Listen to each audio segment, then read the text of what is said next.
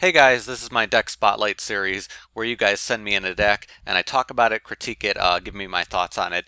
So this time Adam Valero has sent me his Tyrant Neptune deck. So a very interesting deck, and I actually really like it a lot, and I'll be going through all the cards. The main strategy of the deck is abusing Tyrant Neptune's effect, which allows you to gain effects and do some really cool plays, but in addition he uses some like additional stuff that I haven't really thought of and seen, and just allows it to make the deck really consistent and fun and have a lot of really cool strategy going into it. So just saying off the bat that I really like it a lot. So gonna have the Tyrant Neptune here. His big deal is that you tribute a monster and he basically becomes the monster. He gains, their original attack and defense. He gains the effects. So it's a very interesting card and allows you to kind of abuse certain things, which I'll go over in the deck. He also has 3 Mass Dragon, so Mass Dragon is used to special summon Hardened Armed Dragon, giving him some additional advantage to keep bringing out these dragons so he can have a monster to tribute. He has Hardened Armed Dragon, so by using Hardened Armed Dragon, that allows him to make a pretty cool play that he can protect his Tyrant Neptune, and additionally he can use that with some other stuff to really make a very powerful monster that will have a lot of trouble being dealt with. So in addition, he's also running the hands. So the hands are helping him out here because he is going to want more special summoning so he can allow himself to summon a lot of things to bring out Tyrant Neptune and abuse effects and also have a very high attack monster. So the hands are helping out here and make a lot of sense in the deck and can be really nice. He's also running Effect Veiler, just helping him deal with effects. He's not running any synchros.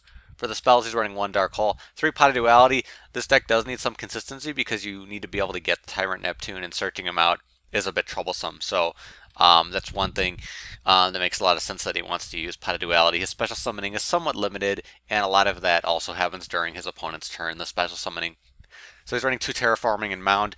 Mound, in addition with the other things he's doing, it makes Tyrant Neptune very, very difficult to deal with and becomes a very powerful monster. Kind of abuses the fact that you can use those level 4 effects or whatever effects and get the protection from Mound, which is kind of the point of Tyrant Neptune, is to abuse things that only work for him. 2 Terraforming might be a little too much, depending, you might want to run some other things. There's some ideas I'm thinking about, but overall I can understand why he really wants to get up Mound. 3 Instant Fusion. So Instant Fusion, very interesting in this deck because you can abuse some of those level 5 fusions that have really interesting effects, and I'll go over his and some others in the extra deck, in the side deck. For the traps, he's running, the staples, but he's also running 3 Call of the Haunted, 3 Fiendish CHain. So for Call of the Haunted, I'd say maybe cut this down, maybe run Soul Charge, something like that, just because, it's a bit troublesome to have to be able to use that. But it's still going to be really useful because he wants a special summon. So not a bad card in this deck, but he does have other options and he can think about other things he wants to do. 3 Fiendish CHain. Might be a little overdoing it because he has 2 Effect Veiler and 3 Fiendish CHain and 1 Breakthrough Skill. A lot of things to deal with effects. I know effects are very annoying to deal with, but it might be a little too much. You might want to consider adding more things to make the deck a little more consistent that don't necessarily deal with effects. I think he might be covered with all the effect cards he has to deal with that. I think you don't want too much, of a good thing.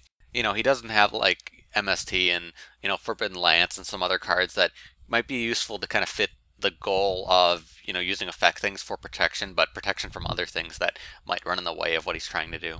So now for his extra deck, so he's running 3 Midrash. So this is the really cool part of his deck. He's using Instant Fusion for Midrash, and then Midrash gains the effect, or Neptune gains the effect of Midrash, which becomes extremely powerful. So he's going to have 2200 attack, plus whatever attack he has from the other monsters, and Midrash's lockdown effect. So that's the big part of the deck right there, and is really going to blow up his opponent when he's able to get that off. So I can see the huge potential of that. XYZ's 2 Gagaga Cowboy might be a little too much at 2. I'd say 1 is fine. 2 Maestroke again. He might want to consider running, more varied XYZs. He doesn't really need to. 2 Silent Honor is fine. Some people run that at 2. King of the Feral Imps, he might want to consider running more than 1 of this, just because for consistency's sake to get out Tyrant Neptune can be really good. Ragnazero, an interesting one that it's up to people if they want to run it. It can be a great card in certain decks. Blackship, Rhapsody's kind of a weird one. It depends on your deck type, so I really don't know if I'd run this, but it's up to him. Heartlandraco can be useful with Mound. You can do some additional damage and can be a nice protection card. And with all his special summoning, he also wants just a monster he can get out with 3 level 4s. So Masquerade, Ouroboros, whatever. Masquerade's kind of fun to use, so that's another interesting one. But again, that's a bit much. Again, he's doing something to deal with effects, which is something he's already kind of dealing with fine. So I've just put in some cards that I thought might be useful in the side deck that he might want to think about. So there's a few fusion cards that have interesting effects like Ojama, Knight, and a few other ones. One that could be really interesting is Reaper on the Nightmare. I think he might want to at least tech one of these in so he can go for that direct attack, just to go for the finish or the kill or whatever. So I think that could be really useful. You know, he can go for Reaper of the Nightmare and something else, and maybe he'll be able to get out a large amount of damage at once.